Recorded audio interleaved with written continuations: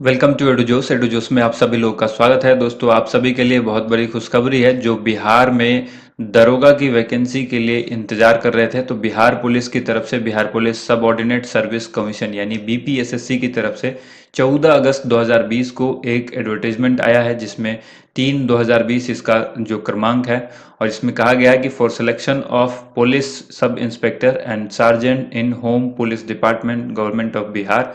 ये विज्ञापन संख्या है बिहार सरकार गृह विभाग का आरक्षी शाखा के अंतर्गत वर्ष 2020 में पुलिस अवर निरीक्षक एवं प्रारक्ष अवर निरीक्षक, जिसको सार्जेंट बोलते हैं, तो इनके पदों पर नियुक्ति के लिए लगभग ये 2215 पदों पर नियुक्ति है। ठीक है, 2200 पदों पर लगभग नियुक्ति है। तो इस नोटिफिकेशन को ओपन कर लेते हैं। कब से फॉर्म भरा जाएगा, कौन कौन से लोग इस फॉर्म को भरेंगे, वो सब हम लोग इस वीडियो के अंदर देखेंगे। कुछ लोग पहले से ही जानते हैं कि बिहार पुलिस के जो एग्जाम पैटर्न है वो किस तरह का है, उसका सिलेबस है वो कैसा होता है, पिछले साल की कट ऑफ क्या थी, वो सब लोग जानते हैं। तो नेक्स्ट वीडियो हम लोग एक स्पेशल वीडियो लेकर आएंगे, जिसमें प्रीवियस ईयर के क्वेश्चन आपके साथ डिस्कस किया जाएगा। तो प्रीवियस ईयर यानी 2019 में जो एग्ज़ाम हुए थे 2019 की वैकेंसी के लिए, तो उसमें जितने क्वेश्चंस पूछे गए हैं वो सभी क्वेश्चंस को वीडियो के माध्यम से आपको बताया जाएगा। उसके बाद आपको पता लगेगा, जो लोग नए हैं, कि किस तरह से क्वेश्चन पूछा गया है, और उसी हिसाब से आपको तैयारी भी करनी है। तो चलिए शुरू करते हैं आज की वीडियो को। यहाँ पर देखिए, सबसे ऊपर आप देखेंगे बिहार सरकार गृह विभाग आरक्षी शाखा के अंतर्गत 2020 में पुलिस अवर निरीक्षक यानी पुलिस सब इंस्पेक्टर एवं सार्जेंट, जिसको परिचारी कहते हैं, इसके रिक्त पदों पर संयुक्त प्रतियोगिता परीक्षा के आधार पर नियुक्ति हेतु सूचना। ऑनलाइन आवेदन की जो भरने की स्टार्ट होने की जो प्रक्रिया है, इसको स्टार्ट किया जाएगा, यानी ऑनलाइन एप्लीकेशन फॉर्म जो है वो 16 अगस्त रविवार से स्टार्ट होगा। आज 15 अगस्त है और 14 अगस्त को इन्होंने लॉन्च किया था। ठीक है, तो देखिए, सबसे पहले 15 अगस्त की आप सभी को ढेर सारी बधाई कर दूं, क्योंकि आज 15 अगस्त है, स्वतंत्रता दिवस की। ढेर सारी शुभकामनाएं आपको। वैसे तो हमने जो पोस्ट है उसके माध्यम से आपको कह दिया था, लेकिन वीडियो में कहना भी जरूरी था। तो चलिए, यहाँ पर विज्ञापन संख्या 3/2020 और ऑनलाइन जो अंतिम तिथि है आवेदन प्राप्त करने की, वो 24 सितंबर 2020 है। ठीक है, तो एक सबसे इंपॉर्टेंट चीज आपको डेट याद रखनी है कि 16 अगस्त से फॉर्म भरा जाएगा, 24 सितंबर तक फॉर्म भरा जाएगा। अब वो बात खत्म हो गई, जिस तरह से हम लोग डर रहे थे, कोरोना से बहुत ज्यादा परेशान था पूरा देश। तो अब जो है धीरे धीरे सबको आदत सी हो गई है। अब अगर आप अब तक अगर इसी डर में रहेंगे तो शायद आप कहीं ना कहीं पीछे रह जाएंगे, क्योंकि आपको तैयारी करनी है, और जो गवर्नमेंट जॉब की वैकेंसीज आ रही है, सरकार अगर अपना कदम आगे बढ़ा रहा है, तो आपको भी अपनी तैयारी को पीछे नहीं रखना है, आप भी उसमें जुड़ जाइए।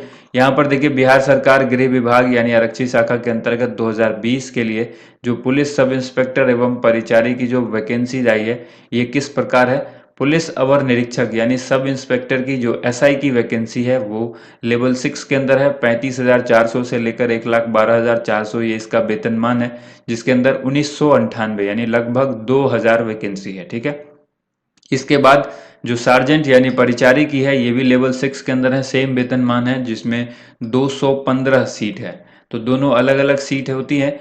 इसके बाद यहाँ पर अगला जो यहाँ पर है कि 3/2020 जो ये जारी किया गया है, इसके लिए ऑनलाइन आवेदन भरा जाएगा। ये सबको पता है, किसी भी अभ्यर्थी के द्वारा एक से ज़्यादा फॉर्म नहीं भरा जाना चाहिए, वरना वो रिजेक्ट हो जाएगा। और अगर आप फॉर्म भरते हैं इस दोनों के लिए, तो आपको वहां पर ऑप्शन देना होगा कि नंबर 1 पर कौन सा चॉइस है आपका, नंबर 2 पर कौन सा है। ठीक है, जैसे कि पुलिस अवर निरीक्षक के पद हेतु नियुक्ति एवं चयन के लिए जो विहित प्रक्रिया है वो निम्नांकित है। प्रक्रिया यहाँ पर क्या है, आप सबको पता है, एक बार समझ लेना है। लिखित परीक्षा जो है वो प्रतियोगिता परीक्षा होगी।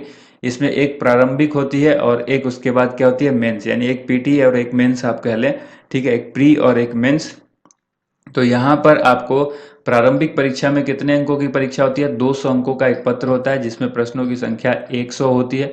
एक क्वेश्चन जो है वो 2 मार्क्स का होता है। अगर आपका एक क्वेश्चन गलत हो जाता है तो 0.2 मार्क्स आपके काट लिए जाते हैं, यानी 1/10 जो है वो नेगेटिव मार्किंग है। ठीक है, ये याद रखना है आपको, 1/10 नेगेटिव मार्किंग है। 0.2 मार्क्स काटा जाएगा, और अगर सही होता है तो 2 मार्क्स मिलेगा, तो ये 1/10 होता है। इसके बाद यहाँ पर प्रश्नों की संख्या हमने आपको बता दिया। अवधि जो है वो 2 घंटे का समय आपको मिलेगा। इसमें सामान्य ज्ञान एवं समसामयिक मुद्दों से संबंधित प्रश्न पूछे जाएंगे। अगर आप पिछले बार का देखें तो 17 क्वेश्चन जो है वो हमारे करंट अफेयर्स के क्वेश्चन डायरेक्ट हमारी वीडियो से पूछा गया था। आप उसको जरूर देखिएगा। हम आपको जब करंट अफेयर्स के क्वेश्चंस उसमें सॉल्व कराएंगे तो आपको बताएंगे कि कौन कौन से क्वेश्चन किस वीडियो से हमारे आए हैं। वह ये जो है देखिए, अब यहाँ पर इसमें 30% से कम अंक प्राप्त करने वाले अभ्यर्थी मुख्य परीक्षा के लिए असफल घोषित हो जाएंगे। ये नॉर्मल बात है कि मिनिमम जो है वो 30% मार्क्स आपको आना चाहिए। तो ऐसा नहीं है कि जिसको 30% आ जाएगा वो पास हो जाएगा, वो क्वालिफाई हो जाएगा मेंस के लिए, नहीं। जिसको ज़्यादा से ज़्यादा मार्क्स आएगा, जो कट ऑफ के बराबर पहुंचेगा, उन्हीं लोगों का सिलेक्शन होता है। अब मुख्य परीक्षा की बात करें तो मुख्य परीक्षा में प्रारंभिक परीक्षा जो पास कर लेते हैं उनको मुख्य परीक्षा में अवसर दिया जाता है शामिल होने का। ठीक है, मुख्य परीक्षा के अंदर दो पत्र होंगे। प्रथम पत्र जो है वो 200 अंकों का सामान्य हिंदी का होगा, और जो दूसरा होगा वो किसका होगा, जीएस का होता है। ठीक है, तो हिंदी का जो 2 घंटे का पेपर होगा इसमें 100 क्वेश्चन पूछे जाएंगे, इसमें भी 30% अंक लाना जरूरी है। अगर इसमें किसी को 30% से कम अंक आता है और जीएस सेक्शन में वो बहुत ज़्यादा अच्छा कर जाता है, फिर भी वो पास नहीं होगा, क्योंकि यहाँ पर पास होने जरूरी है आपको दोनों सेक्शन में। हिंदी में भी पास होना जरूरी है, मिनिमम 30 नंबर जो है 30% के हिसाब से, यानी 200 अंकों में 60 नंबर आपको आना चाहिए, अन्यथा आप अयोग्य घोषित कर दिए जाएंगे। अब यहाँ पर लिखा गया है सामान्य हिंदी पत्र का पत्रांक जो है वो मेधा निर्धारण में नहीं जोड़ा जाएगा। द्वितीय पत्र सामान्य अध्ययन का होगा, यानी सेकंड पेपर के अंदर, मेंस के अंदर जो है सामान्य अध्ययन का दूसरा पेपर होगा, जिसके अंदर सामान्य विज्ञान, नागरिक शास्त्र, भारतीय इतिहास, भारतीय भूगोल, गणित एवं मानसिक योग्यता जांच से संबंधित होगा। ठीक है, तो ये क्वेश्चंस जो है वो सेकेंड पेपर में पूछा जाएगा, जो आपका मेंस होगा उसमें। ठीक है, तो मेंस की तैयारी आपको बहुत अच्छे से करनी होगी। अभी तो प्रीलिम्स है, और प्रीलिम्स के मार्क्स का कोई फर्क नहीं पड़ता है आपके मेंस में, इसीलिए आपको प्री सिर्फ क्वालिफाई कर जाना है, आपको मेंस के लिए फिर तैयारी करनी है। यहाँ पर दोनों चरणों की जो परीक्षा होगी उसके लिए 0.2 अंक काटा जाएगा प्रत्येक गलत उत्तर के लिए, यहाँ पर साफ लिखा हुआ है। उत्तर पुस्तिका में 2 प्रतियां होगी, एक जो है वो जिसकी एक प्रति आयोग के पास सुरक्षित रखी जाएगी। ठीक है, और एक का जो है वो मूल्यांकन करने के लिए भेज दिया जाता है, तो दोनों ही प्रति वो ले लेंगे, लेकिन आपको उसमें से कुछ निकालना नहीं है। मुख्य लिखित परीक्षा के आधार पर रिक्तियों के 6 गुना को अभ्यर्थी को चयन करके जो है उसका शारीरिक दक्षता परीक्षा यानी पीईटी के लिए बुलाया जाएगा, और वहीं पर उनकी शारीरिक दक्षता परीक्षा कराई जाएगी। अब मेधा सूची में अगर टाई हो जाता है किसी 2 कैंडिडेट का मार्क्स, तो उसको किस तरह से करेंगे वो यहाँ पर लिखा गया है। ठीक है, वो सब आपको पता है कि उनको जो है वो एज देखी जाती है, उनका जो है डेट ऑफ बर्थ देखा जाता है, 10वीं में प्रमाण पत्र में जो नाम का अंग्रेजी वर्णमाला है उसका क्रम संख्या देखा जाता है, तो उस तरह से उसको चेक किया जाता है। अंतिम मेधा सूची के लिए जो न्यूनतम अर्धांक है वो कितना होना चाहिए वो यहाँ पर दिया गया है। तो मुख्य परीक्षा के आधार पर तैयार की जाने वाली अंतिम जो मेरिट लिस्ट है उसमें अनुसूचित जाति, अनुसूचित जनजाति एवं महिला वर्ग के अभ्यर्थी के लिए न्यूनतम अर्धांक जो है वो 32% रखा गया है। अत्यंत पिछड़ा वर्ग के अभ्यर्थियों के लिए न्यूनतम अर्धांक जो है वो 34% रखा गया है, और जो पिछड़ा वर्ग के अभ्यर्थी हैं उनके लिए 36.5% रखा गया है, जबकि सामान्य वर्ग के अभ्यर्थियों के लिए न्यूनतम अर्धांक जो है वो 40% रखा गया है। यानी मेंस के अंदर जो कैंडिडेट जनरल कैटेगरी के अंतर्गत आता है उसको कम से कम 80 मार्क्स आना चाहिए।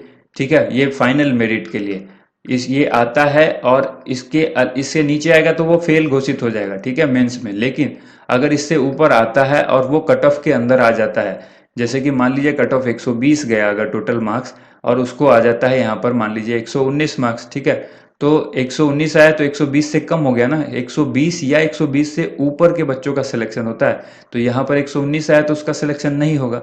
तो कट ऑफ को आपको जरूर समझना चाहिए कि कट ऑफ होता क्या है। ठीक है, कट ऑफ वो मार्क्स होता है जहां पर वो बाउंड्री लाइन होती है, उससे ऊपर के बच्चों का सिलेक्शन होता है, उससे नीचे का नहीं।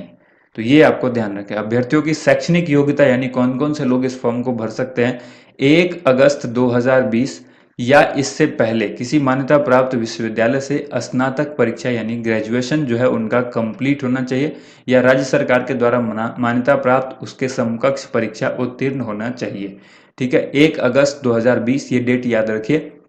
जन्म तिथि की बात करें तो अभ्यर्थी की उम्र 1 जनवरी 2020 को 20 वर्ष से लेकर के 37 वर्ष के बीच होनी चाहिए अगर वो सामान्य कैटेगरी का है, तो न्यूनतम 20 और अधिकतम 37 जनरल कैटेगरी के लिए। पिछड़ा वर्ग एवं अत्यंत पिछड़ा वर्ग के पुरुषों के लिए न्यूनतम 20 और अधिकतम 40।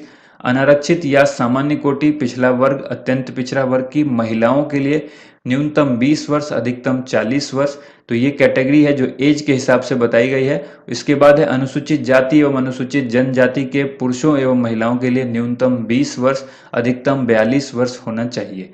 अब आरक्षण की बात करें तो एज में कुछ आरक्षण मिलता है, वो आरक्षण यहाँ पर दिया गया है। जो बिहार राज्य के वासी होंगे उनको ही ये आरक्षण मिलेगा कि जाति के हिसाब से एज में जो छूट मिलती है वो आरक्षण उनको उसी हिसाब से मिलेगा। अब यहाँ पर देखिए, अनारक्षित सामान्य कैटेगरी के लिए कुछ ऊंचाई बताई गई है। जो मापदंड है उसको याद रखना है कि जो जनरल कैटेगरी के हैं उनकी हाइट कितनी होनी चाहिए, 165 सेंटीमीटर होनी चाहिए। उसके बाद जो जो पिछड़ा वर्ग है, अनुसूचित जाति है, अनुसूचित जनजाति है, और इनके जो पुरुष वर्ग के लोग हैं इनके पास 160 सेंटीमीटर इनकी हाइट होनी चाहिए।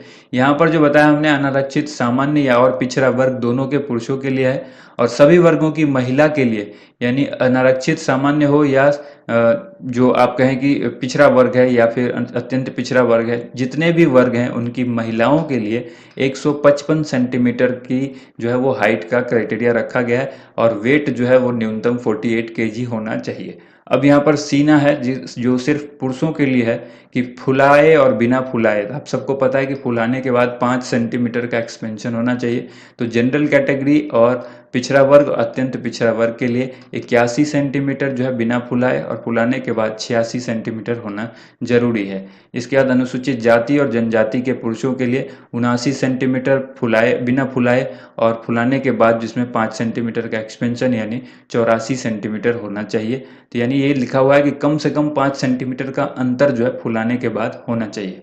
ठीक है। शारीरिक दक्षता परीक्षा जो होगी वो अभ्यर्थियों को सफल करना जरूरी है, जिसमें दौड़ सबसे पहले है पुरुषों के लिए 6 मिनट 30 सेकंड का समय दिया जाएगा।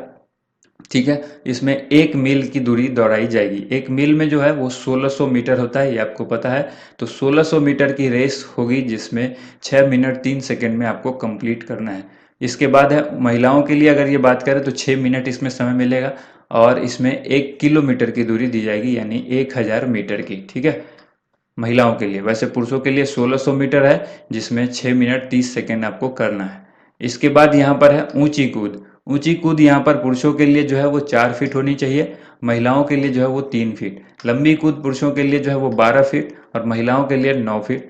गोला फेंक, ये 4 तरह की जो इसमें बताई गई है, दौड़, ऊंची कूद, लंबी कूद और गोला फेंक। पुरुषों के लिए इसमें 16 पाउंड का गोला होगा जो 16 फीट कम से कम फेंकना होगा। महिलाओं के लिए 12 पाउंड का गोला होगा जो 10 फीट कम से कम फेंकना होगा।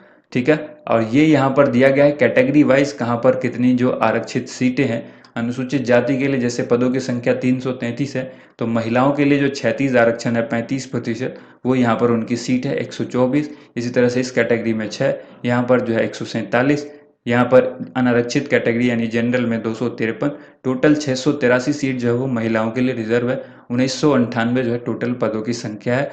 इसी तरह से आगे क्षैतिज आरक्षण की जो व्यवस्था है वो यहाँ पर देखिए, यहाँ पर दिया गया है महिलाओं के लिए 35% आरक्षण है। स्वतंत्रता सेनानियों के लिए जो है वो 2% क्षैतिज आरक्षण है, जो कि उनके लिए कुल 40 सीट जो है वो आरक्षित होंगे इस वैकेंसी के हिसाब से।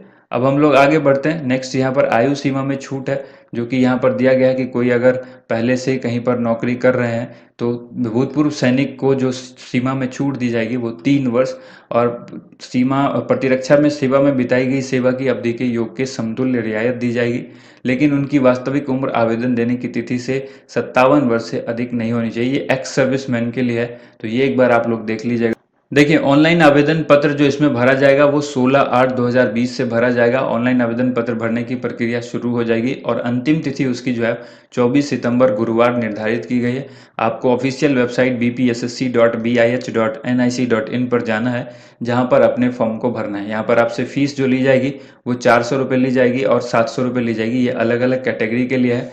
जैसे कि 700 किसके लिए है? अत्यंत पिछड़ा वर्ग, आर्थिक रूप से कमजोर वर्ग और अनारक्षित वर्ग जो कि सामान्य वर्ग कहलाता है, उसके पुरुष एवं महिला अभ्यर्थियों के लिए ऑनलाइन आवेदन पत्र का मूल्य जो है वो 700 रुपये रखा गया है। जबकि अनुसूचित जाति और अनुसूचित जनजाति के पुरुष और महिला अभ्यर्थी के लिए 400 रुपये रखा गया है। ठीक है, तो आप अपने हिसाब से देखेंगे आपको क्या फीस देनी है। उसके बाद ऑनलाइन आवेदन पत्र भरने के लिए कुछ शर्त दी गई है, उस शर्त को आपको पढ़ लेना है। कोई भी जानकारी आपको झूठी नहीं देना है। जो आपके पास है डेट ऑफ बर्थ, जो एग्जैक्ट आपके पास हर डेटा है जो ओरिजिनल है वही आपको वहां पर देना है। कोई भी जानकारी छुपाना नहीं है। फॉर्म भरते वक्त, और एक से अधिक फॉर्म नहीं भरना है। ठीक है, आपके पास एक रजिस्टर्ड मोबाइल नंबर होना चाहिए जिस पर आपको मैसेज आएगा, ईमेल आईडी होनी चाहिए जिस पर आपको ईमेल आएगा, और बाद में इसी ईमेल और मोबाइल नंबर के माध्यम से आपको जानकारी दी जाएगी कि आपका जो है एडमिट कार्ड आ गया है, आपका एग्जाम कब है। तो ये सारी इन्फॉर्मेशन होनी चाहिए। ठीक है, राष्ट्रीयता की बात की गई है, इंडियन नेशनल होना चाहिए, मोबाइल नंबर होना चाहिए, सारी बात हमने आपको बता ही दिया है। 10th के हिसाब से जो आपका सर्टिफिकेट में नाम है उसी नाम के अकॉर्डिंग आप फॉर्म भरेंगे। उसके बाद यहाँ पर देखिए, बिहार राज्य का अधिवास यानी डोमिसाइल सर्टिफिकेट होना चाहिए। अगर आपके पास है तो हाँ लिखेंगे, अगर नहीं है तो ना लिखेंगे। यानी बिहार के बाहर के भी कोई कैंडिडेट है वो इस फॉर्म को भर सकते हैं, लेकिन उनको जनरल कैटेगरी का माना जाएगा, ये पहले भी हम बता चुके हैं।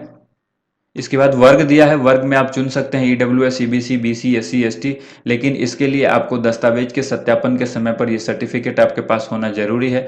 लिंग जो लागू है पुरुष या महिला वही आप भरेंगे। अगर आप एम्प्लॉय ऑफ बिहार हैं तो आप यस लिखेंगे, नहीं है तो नहीं लिखेंगे। एक्स सर्विसमैन के लिए फॉर्म भर रहे हैं तो यस लिखेंगे, ये सब नॉर्मल बात है। जन्म तिथि की बात तो हमने की है आपको, उसके हिसाब से 1 जनवरी 2020 की तालिका दी गई है यहाँ पर। इस तालिका को आप ध्यान से देख लीजिए कि किसकी 1 जनवरी 2020 को क्या उम्र होनी चाहिए। पुरुष और महिला के लिए अलग अलग न्यूनतम अधिकतम दिया गया है, तो इसको एक बार देख लेंगे। जो बिहार के निवासी नहीं हैं उनको सामान्य रूप के वर्ग में चयन होगा, इसलिए उनको जो है वो सामान्य कैटेगरी के हिसाब से ही अपनी एज देखनी चाहिए। वो SC, ST, EBC जो EWS है उस कैटेगरी में नहीं देखेंगे अपने आप को। ठीक है, इसके बाद आयु की बात यहाँ पर जो है अलग से दी गई है। ये किसके लिए ये दी गई है? आयु मानदंड पुरुष महिला और दोनों पुरुष महिला के लिए, जो कि एक्स सर्विसमैन है इनके लिए, तो आप इसको भी देख लें अगर एक्स सर्विसमैन है आप तो। इसके बाद यहाँ पर देखिए नेक्स्ट जो है वो है कि एम्प्लॉई ऑफ बिहार अगर है कोई तो उसके लिए एज जो है वो यहाँ से अलग से दी गई है, इस टेबल को भी आप देख लें।